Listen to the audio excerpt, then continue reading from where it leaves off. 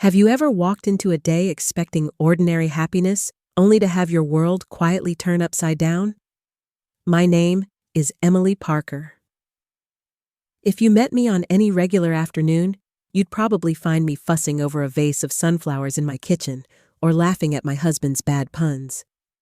I'm 43 now, a social worker by profession, and until last summer, I believed there was nothing more complicated or beautiful than the bonds we call family. That day, my older sister Vanessa was getting married, and for a little while, it seemed like the universe was giving our family a second chance at happiness. The sunlight spilled through the windows of St. Agnes Chapel, dancing across rows of white roses and the gentle faces of old friends and relatives. There was a rare stillness in the air, a sense that just maybe we had all survived enough storms to deserve this moment.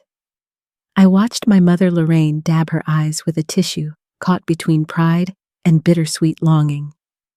My father's absence was a silent weight among us, but today was about celebration, not sorrow. As I adjusted the soft blue dress Vanessa chose for me, her something blue, I felt a flutter of hope I hadn't known in years. Vanessa has always been the shining star in our family, the one with the bold laugh and the big ideas. I loved her for it, even when it meant standing a little further back in the photograph, watching her light up every room. Growing up, I was the dependable one, the one who remembered birthdays, balanced the checkbook, and stayed behind to care for Dad when he fell ill. In some ways, I think I wore that role like a second skin. But today, as I pinned a curl behind my ear and watched my sister beam at her reflection, I let myself hope that maybe, just maybe, there was space for me to shine too. Michael, my husband, squeezed my hand with that familiar quiet strength that steadies me when the world gets overwhelming. "You ready, Em?" he asked, his voice low and gentle. I nodded, breathing in the scent of gardenias and new beginnings. We took our seats among the crowd, surrounded by laughter promises and the flickering glow of candles. For a fleeting moment, I felt like a part of something unbreakable, woven into the very heart of this family, with all its flaws and fragile hopes. It's funny how the biggest moments in our lives often start quietly, with nothing but sunlight music, and the simple wish that things might finally be okay. If only I'd known how quickly everything could change. If only I'd paid closer attention to the shadows behind the smiles or the tremor in my mother's voice when she whispered, "Let's just try to enjoy today." Looking back, I can see the tiny cracks that ran through the glass, hidden by all the beauty, all the love, all the desperate hope that we could stay whole. But I'm getting ahead of myself. Before the world tilted before the vows and the heartbreak and the revelations that would change everything, there was only the soft glow of a family trying to find its way back to each other. There was me holding on to hope, and a story I never imagined would become my own. And this is how it all began. Looking back, I realize family stories are rarely as simple as photographs suggest. Our childhood home was a 2-story craftsman on Willow Lane, with wild roses growing around the porch and the lingering scent of cinnamon from my mother's weekend baking. On the surface, Vanessa and I were sisters, like any other, sharing whispered secrets beneath the covers, fighting over borrowed sweaters and dreaming up imaginary worlds on endless summer afternoons.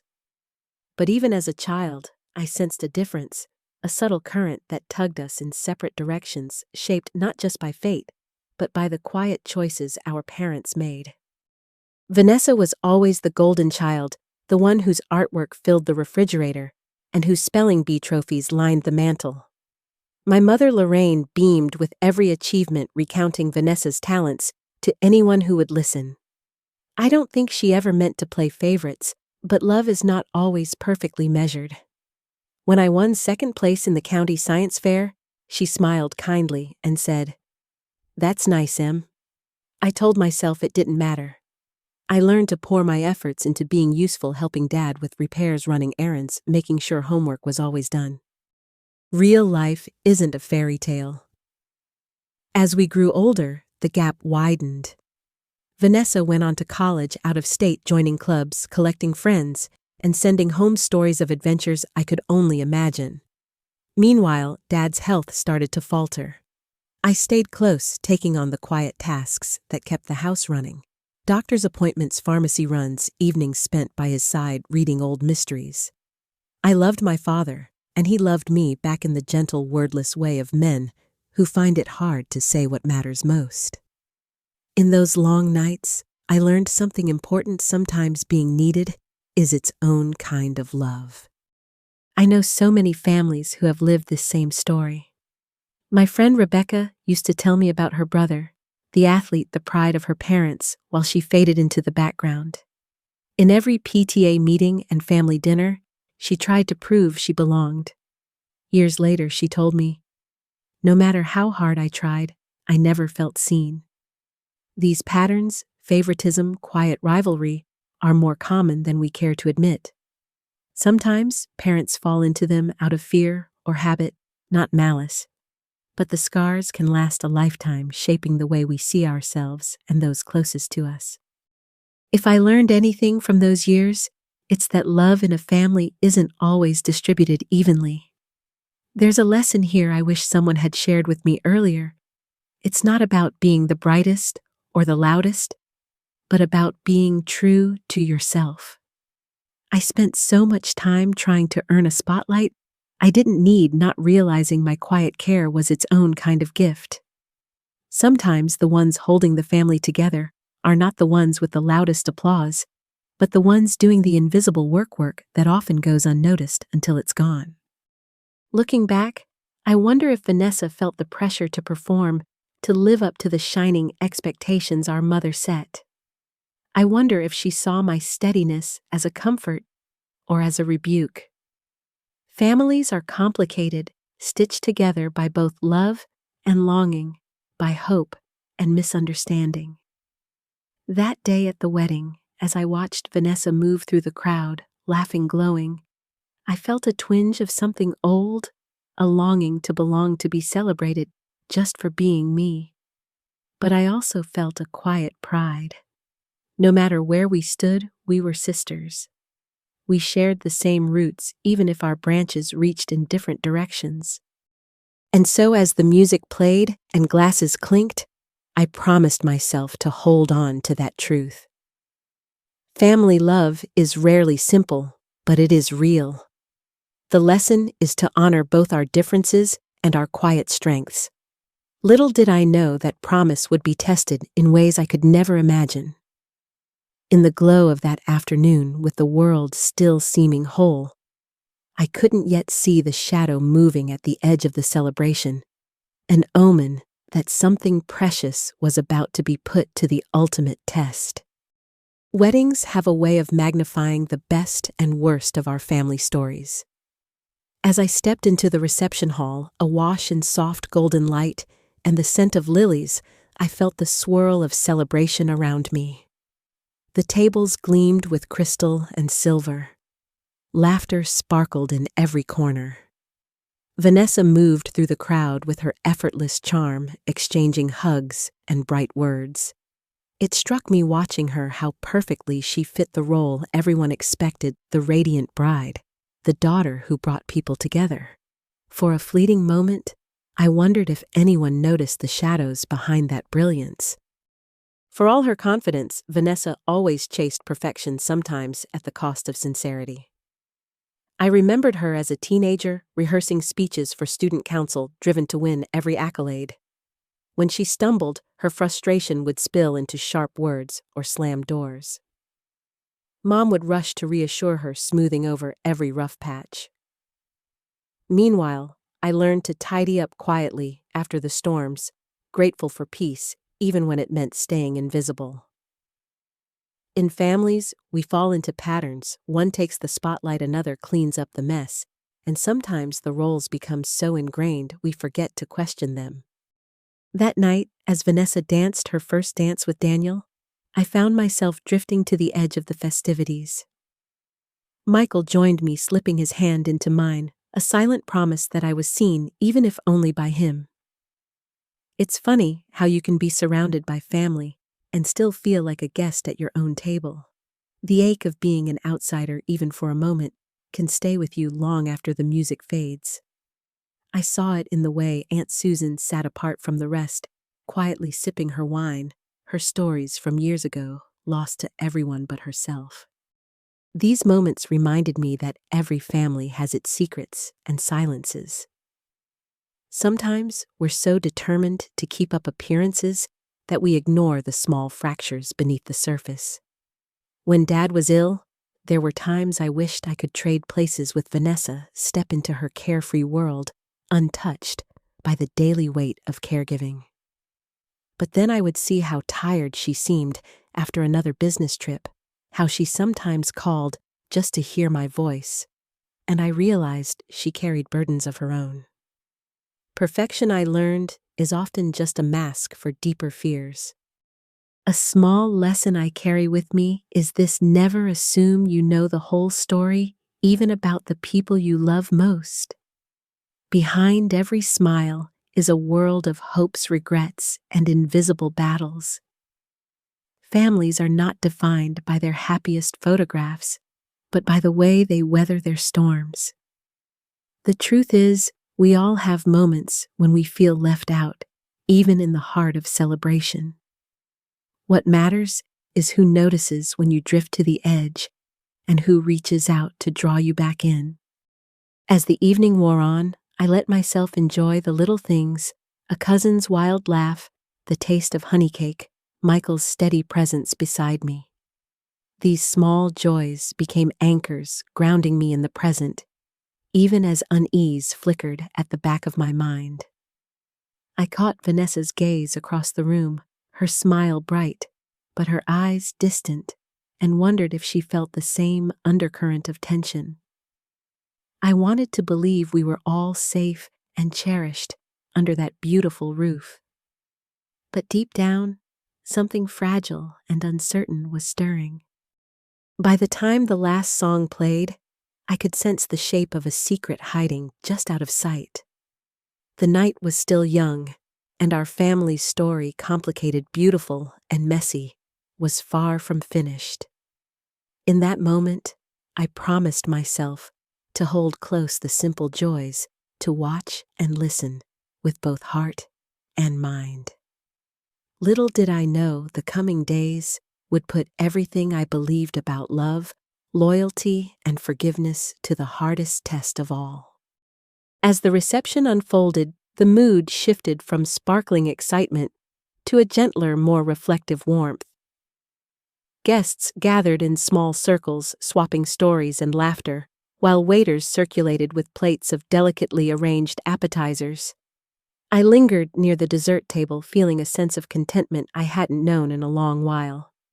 Michael was by my side, attentive as always, quietly observing the room.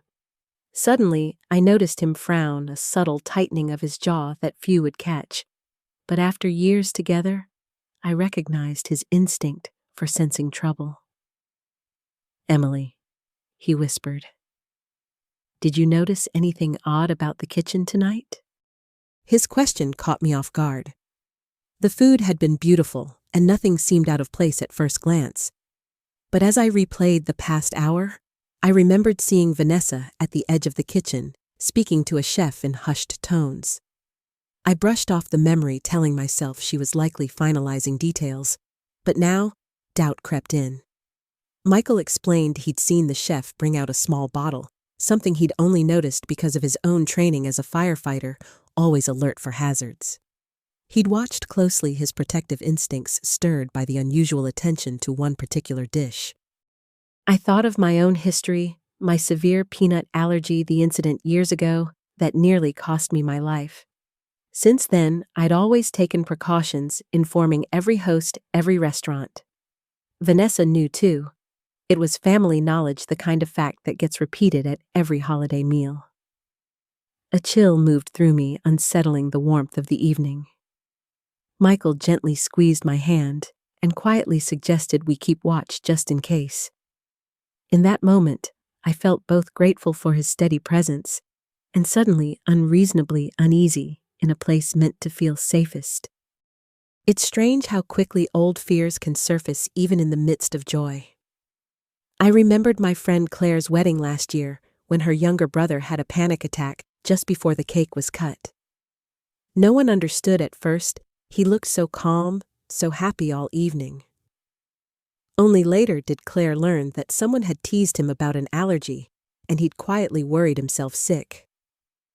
These small, hidden threats can haunt even our happiest occasions, reminders that not all dangers are loud or obvious. Sometimes they linger in the quiet exchanges, the unnoticed details. The lesson that struck me that night is how vital it is to trust your instincts and those who truly know you. Families, with all their messiness and love, can sometimes make us ignore warning signs out of habit or hope. We want so badly to believe in the goodness of the people we love that we brush aside the faintest tremors of doubt. But safety isn't just about caution. It's about letting yourself acknowledge discomfort and act on it even when it feels inconvenient or awkward. Sometimes self-protection is the greatest act of love for yourself and for those who rely on you. Throughout the rest of the evening, Michael and I quietly kept our eyes open. He would glance toward the kitchen now and then, while I replayed every moment with Vanessa in my mind, searching for signs of something amiss. Part of me felt foolish for even suspecting her. This was my sister, the person I'd shared a lifetime with. But another part, the one that remembered every close call, every time my body warned me of danger, urged caution. As the evening wound down, the sense of unease didn't leave me. Instead, it grew into a silent presence, shadowing every smile.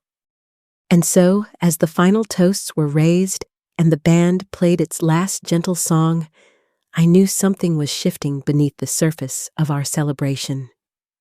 I held tightly to Michael's hand, grateful for his watchfulness, even as my heart ached to believe nothing was wrong. What began as a day of joy was slowly transforming into something more complicated, a test of trust, intuition, and the silent warnings only a loving heart can hear. In the days that followed, these quiet suspicions would become impossible to ignore, and the true meaning of family would face its sternest trial yet. The moment the dinner courses were served, my senses sharpened as if some invisible thread had pulled me taut. I watched as a waiter approached our table, carefully placing a plate in front of me, a beautiful, fragrant dish dusted with crushed peanuts. My heart skipped. I glanced at Michael, whose eyes flashed a silent warning. Before I could utter a word, he gently but firmly placed his hand over mine. "Emily, wait," he whispered, his voice both gentle and urgent. I trusted him, though confusion fluttered inside me. This was my sister's wedding, a day meant for celebration, not suspicion. The room buzzed with laughter and clinking glasses, but my mind had narrowed to the plate before me. Michael quietly asked the waiter about the ingredients. The answer confirmed our fears. Peanut oil had been used in the sauce, a detail overlooked by the staff, or something I dared not consider deliberately included. I felt a strange coldness creep over me, like standing barefoot on a winter porch. Vanessa knew about my allergy, as did everyone close to us. Suddenly, the earlier memory of her whispering with the chef returned with new weight, leaving me unsure whether to trust my instincts or dismiss them as paranoia. In moments like these, reality seems to warp, twisting even the most innocent gestures into riddles. My mind flashed back to stories I'd read as a social worker, families torn apart by misunderstandings, or far worse, by hidden resentments. I remembered a client, Mrs. Ramirez, who spent years caring for her ailing father, while her brother, the favored son, returned only for birthdays. One day, a small oversight, an unlabeled medicine bottle, led to a near tragedy. No one wanted to believe it was more than a mistake, yet the fracture it caused in their family never truly healed. Sometimes it's the secrets beneath the surface that do the deepest harm. As Michael quietly pulled me aside, the swirl of confusion and sadness threatened to overwhelm me. "You could have been hurt," he said softly, his worry etched into every line of his face. In that moment, I realized the gift of having someone who sees the dangers you might miss and who is willing to step in even if it disrupts the peace. Trust is not just about believing the best in others. It's about believing those who love you when they tell you something isn't right.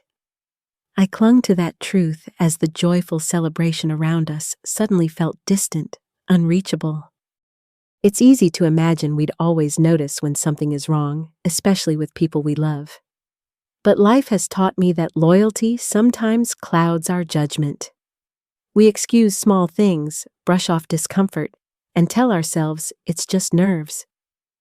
The lesson I learned that night is the importance of listening to that inner voice and honoring the people who watch out for us. Love is not blind faith, it's vigilance paired with compassion. Even in moments that seem perfect, it's okay to pause and ask questions to care enough to be certain. As Michael and I quietly left the reception, my emotions swirled between disbelief and grief. I yearned to be wrong, to discover some innocent explanation. But deep down, I knew this was not an accident, and the world as I knew it had shifted. I held on to Michael's hand, seeking comfort in his steady warmth, and promised myself to face whatever came next with honesty and courage. Little did I know the days ahead would peel away the fragile layers of trust and force me to confront the hardest truths about my family and myself. The ride home from the reception was silent, but heavy with meaning. Michael kept one hand on the steering wheel and the other in mine, his grip a lifeline in the quiet darkness. I replayed every moment from the wedding, searching for clues I might have missed. It's hard to accept that someone you've loved your entire life might intend you harm, but the evidence felt undeniable. Michael reminded me that this wasn't just suspicion, it was a matter of safety, and we owed it to ourselves and to the truth to act. That night, neither of us slept much. Michael stayed up researching local laws and best ways to report a suspected poisoning. I drifted between memories and uneasy dreams, my heart torn between heartbreak and resolve. In the morning, Michael called the hotel and calmly explained what had happened. He asked them to check kitchen cameras and speak to the chef about special instructions given for my meal. The hotel took his concerns seriously, promising to investigate at once. I felt a strange relief. Someone outside the family was now involved, and that meant I wasn't just imagining things. Real-life stories often remind us how vital it is to trust the evidence of our senses, even when our hearts resist. I once knew a neighbor whose sister borrowed money for years, always promising to pay it back. Each time the neighbor forgave her until one day she realized the sister had forged her name on legal documents. The pain wasn't just in the theft, but in the betrayal of trust. When those closest to us cross lines, it shatters more than just relationships. It shakes our very sense of self. I understood this now more deeply than ever before. By mid-afternoon, the hotel manager called us with news. The kitchen security footage showed Vanessa in deep conversation with the head chef. After reviewing the timeline, it was clear she had requested something special for my dish. The chef confirmed a last-minute change, adding peanut oil despite the allergy warning listed in the kitchen log. My heart dropped, the final piece falling into place. The manager offered sincere apologies and said they would be required to report this to the authorities. Suddenly, the situation had moved beyond family and into the realm of justice. Michael and I sat together at the kitchen table, the reality slowly settling over us like dust after a storm. I kept asking myself, why would she do this? There were so many easier ways to resolve resentment, so many moments when Vanessa could have simply spoken up. But envy, I realized, often simmers in silence until it boils over in the most unexpected ways. I thought about all the times I'd dismissed small comments or subtle jabs as harmless. Families sometimes teach us to minimize pain, to excuse what hurts us most.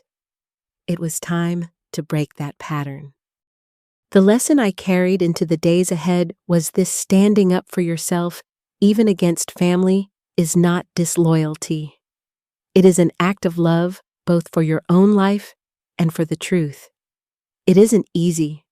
There are moments when you will question every memory, every choice, and every sign you missed. But healing only happens when we face the facts with open eyes, however painful they may be.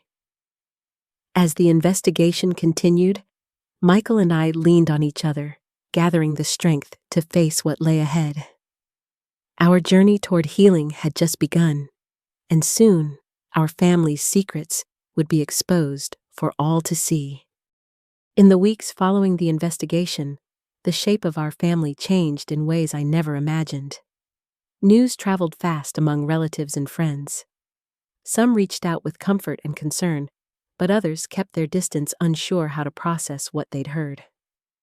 I was surprised to learn how quickly people draw lines, some defending Vanessa, unable to believe she was capable of such harm, while others whispered judgments behind closed doors. There is an old saying, "Crisis doesn't build character, it reveals it." Those words echoed in my mind as loyalties shifted and the truth became harder to bear. Every day brought new questions and fresh pain. My mother, Lorraine, called often, her voice wavering between disbelief and guilt. She struggled to accept that her golden child could commit such a betrayal. "Emily, there must be some mistake," she pleaded, searching for a loophole, an explanation that would make it all go away. I gently explained the facts, reminding her of my allergy, the hotel footage, the chef's testimony. Each time, I could hear her heartbreak deepen. I wished I could shield her from it, but I knew we had to face reality even when it shattered our hopes. I thought often of a woman I once helped through my work, whose sister had embezzled from their family business. For years, the woman's parents refused to believe it, blaming outsiders or bad luck for their losses. Only when they confronted the evidence together did healing begin. That experience taught me how denial can prolong pain, trapping everyone in cycles of suspicion and regret. As much as I wanted to protect my mother, I knew the only way forward was through honesty. Families heal not by hiding from the truth, but by facing it bravely together. Meanwhile, Vanessa's husband Daniel came to visit. I could see the exhaustion in his eyes, the silent grief of someone whose life had been shaken to the core. He told me he had no idea about her actions and that he felt both betrayed and lost. "How do you move forward when everything you believed about someone turns out to be a lie?" he asked. We sat at my kitchen table, sharing coffee and quiet tears, both mourning the loss of trust. I realized then that pain doesn't just come from wounds inflicted, but from the shattering of what we thought was safe and certain. The lesson I learned through these difficult conversations is that no family is immune to darkness. Sometimes the people we love most will let us down in ways that seem impossible to forgive. But healing is a slow, stubborn process, one that requires honesty, patience, and sometimes the help of others who have traveled the same path. Support came from unexpected places: colleagues, neighbors, friends who dropped off meals or offered to listen. In their kindness, I found a reminder that family can be chosen, built from those who stay when the storm arrives. As the legal process moved forward, I faced each day with both dread and hope. The story of our family had changed forever, but I held on to the belief that truth, while painful, is the first step toward freedom. The old illusions had crumbled, making space for something more honest to take root. As I prepared to testify, I reminded myself that this journey wasn't just about justice. It was about reclaiming my life and building a future grounded in trust and love. The hardest chapters were still to come, but I wasn't facing them alone. The light that guided me forward now was real, and it was mine to keep. The first day in court brought a chill that settled deep in my bones. I sat beside Michael, drawing quiet strength from his presence, while the attorney reviewed every painful detail for the judge. Vanessa sat across the room, eyes downcast, her once confident posture replaced by a shell of anxiety. There was a surreal quality to seeing my own sister as a defendant, someone I had trusted with childhood secrets, now at the center of a public reckoning. The truth no longer belonged to just our family. It was exposed, laid bare in a room full of strangers and solemn officials. The judge listened carefully to the testimony, weighing every fact. The hotel's head chef recounted the events of that evening, explaining the last-minute change and the allergy warning that had been ignored. Video footage played, showing Vanessa's conversation with the kitchen staff. It was undeniable. In the quiet that followed, my thoughts drifted to all the times I'd defended. Vanessa convinced her intentions were always good. That's the trouble with love. It can make you blind to warning signs so desperate for harmony that you dismiss what your instincts already know to be true. During a break, my attorney explained the next steps and offered reassurance. She shared the story of another client, a woman whose brother had manipulated family finances, betraying everyone's trust. She described the pain, but also the relief that came when the truth was finally spoken aloud. It's not about punishment, she told me gently, but about setting things right so real healing can begin. Her words echoed inside me, offering hope that this ordeal was not only an ending, but also a necessary step toward renewal. The trial wasn't just about legal justice, it was also a reckoning with our family's past. I remembered years of small slights and buried resentment, all the moments we ignored for the sake of peace. I thought of families I'd met as a social worker, where deep wounds festered because no one dared speak the truth. One family spent decades estranged because of a single, unaddressed betrayal. By the time they reunited, so much life had been lost to silence.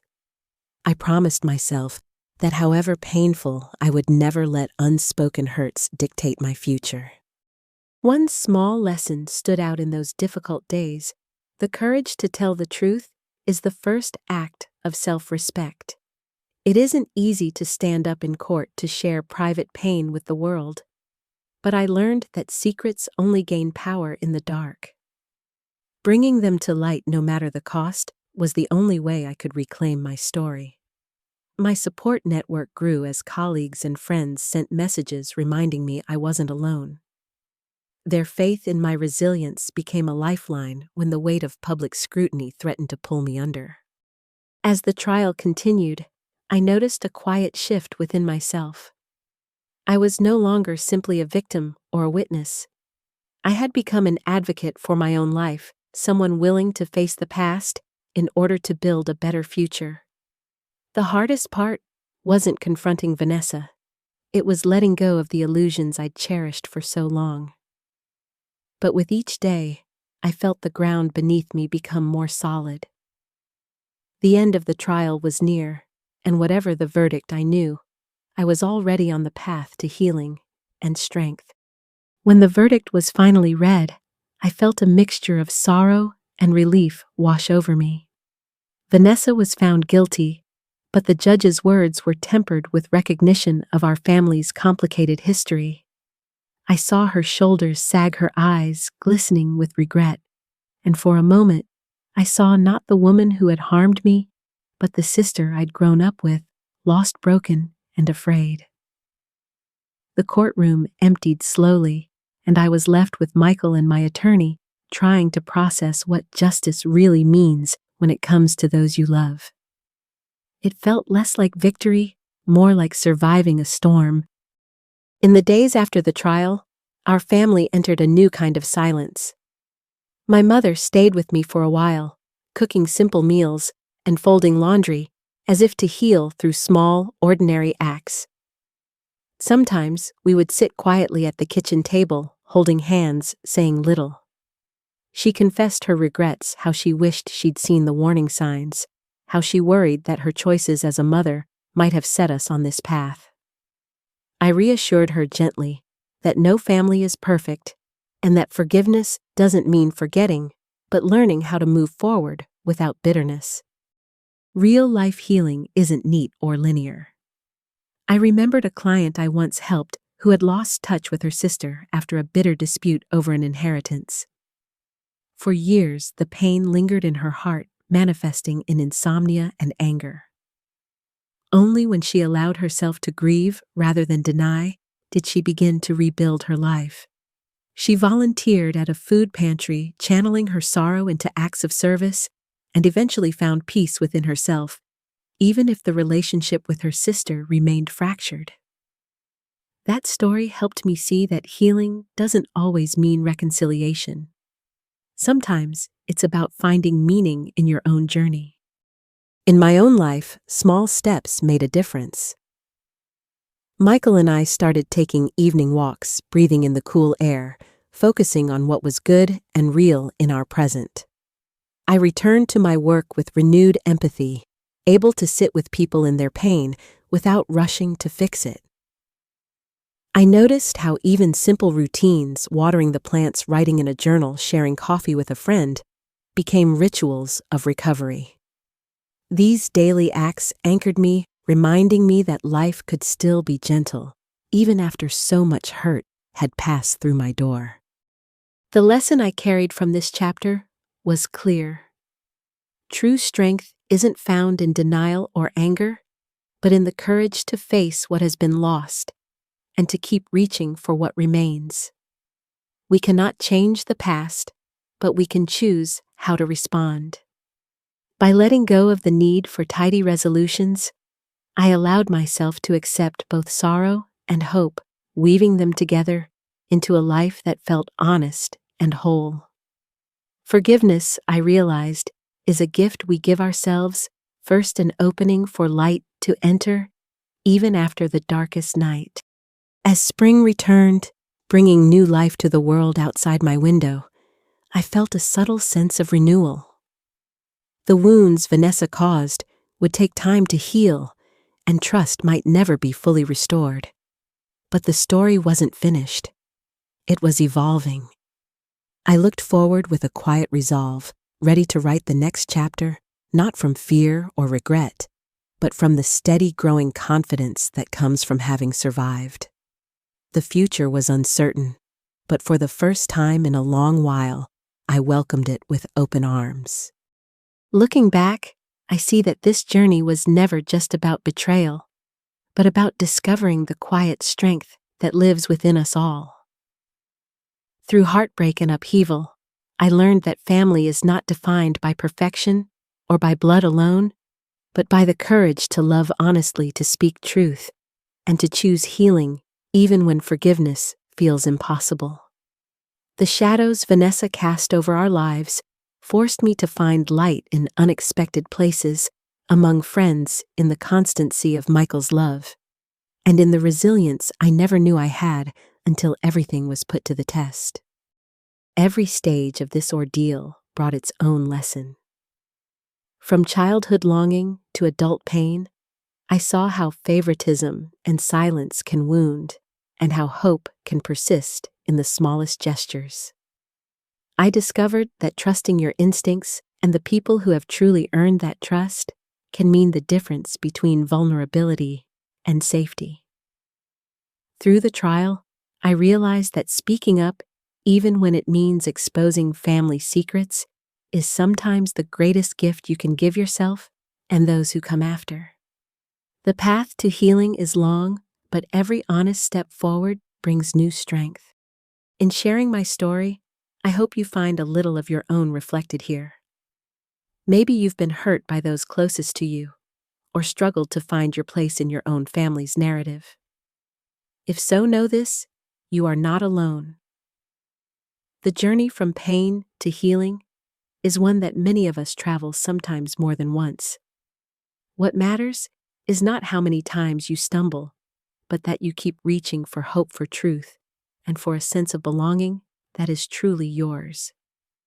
We are all in some way survivors, and we all deserve a future shaped by love, not fear.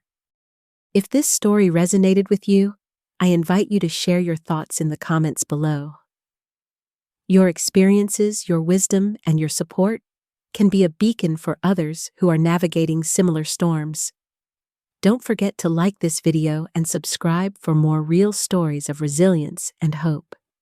Together, we can build a community where no one has to walk through the darkness alone. Thank you for listening, for caring, and for being a part of this journey.